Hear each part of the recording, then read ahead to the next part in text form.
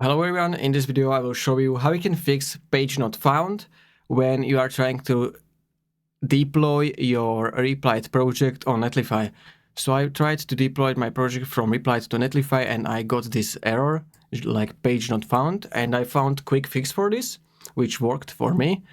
So to fix this, you want to go to Replit, your project on Replit, and then you need to add this prompt, like make this project deployment friendly for Netlify, check what framework build tool it uses, then ensure there is working production build, make sure the build output folder is correct, next export out only if using static export, etc. And I will add this prompt, or you can type it from the video. I will add it to description so you can copy it. And you just need to paste it in this chat. And then as you can see, Replit created this project Netlify friendly.